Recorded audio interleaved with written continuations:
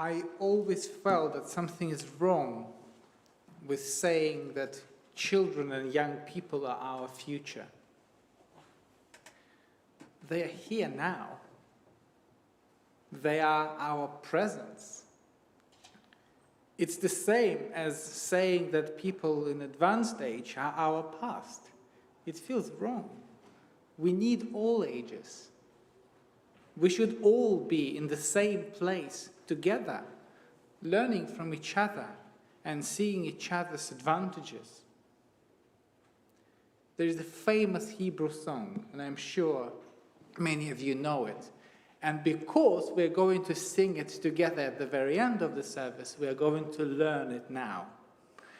And it goes this, repeat after me. Ot tire, kama tov yeh, bashana ba. Let's try together.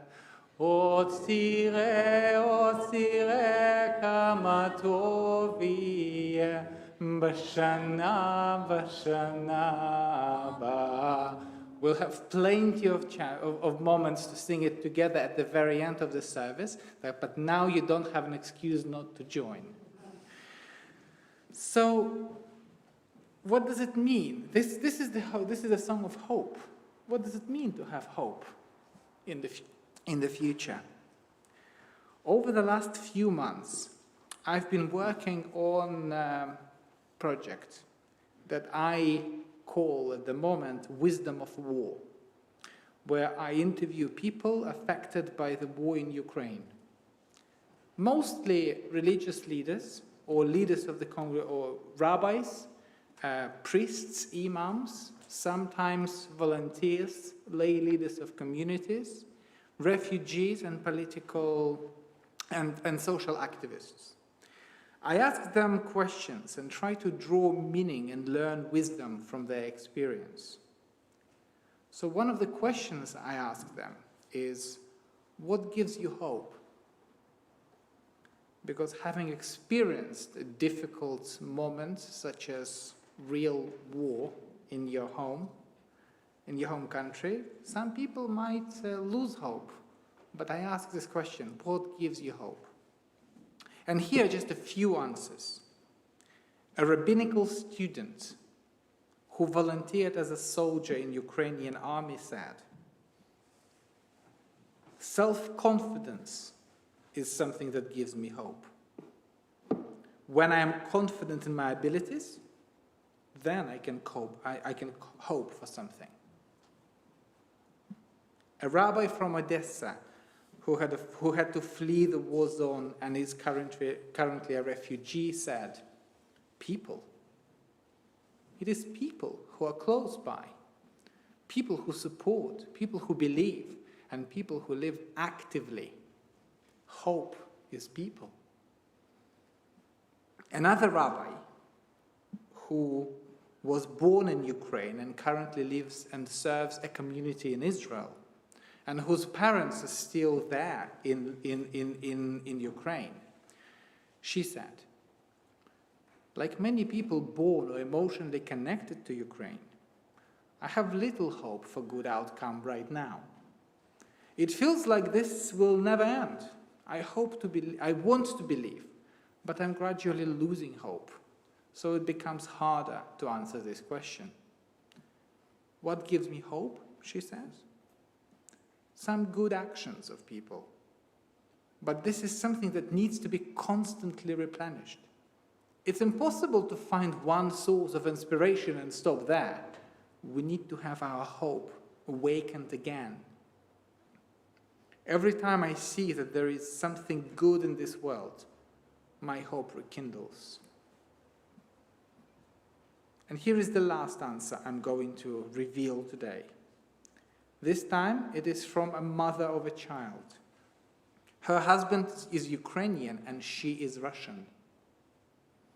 When I asked her what gives her hope, she said, human history.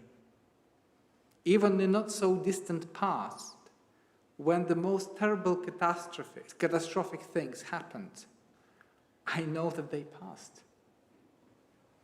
As King Solomon said, this too shall pass. So hope can be kindled by knowing history, by confidence in your own abilities or the people around you. The most important thing is not to lose it. I hear over and over again from one interview to the other.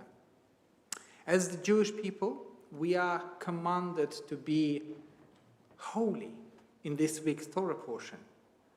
So this week's Torah portion opens with this phrase, Kdoshim tiyu ki kadosh ani Adonai Elohechem. You shall be holy, for I, your God, Eternal One, am holy. So, what does it mean? The Hebrew word for holy comes from the root kuf dalet shin, kadosh. It comes from the same root as many well-known words in Jewish tradition, such as kiddush, sanctification of Shabbat, kiddushin, a Jewish marriage ceremony.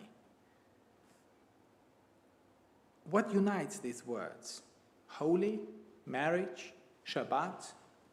So rabbis noticed that this word, kadosh, kiddush and kiddushin, these words, what they have in common is the sense of distinction, separation and difference.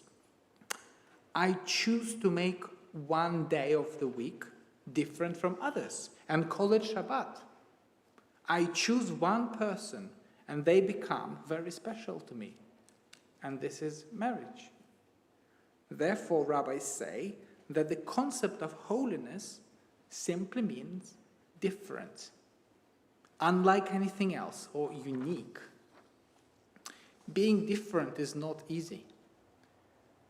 Being not like others is hard.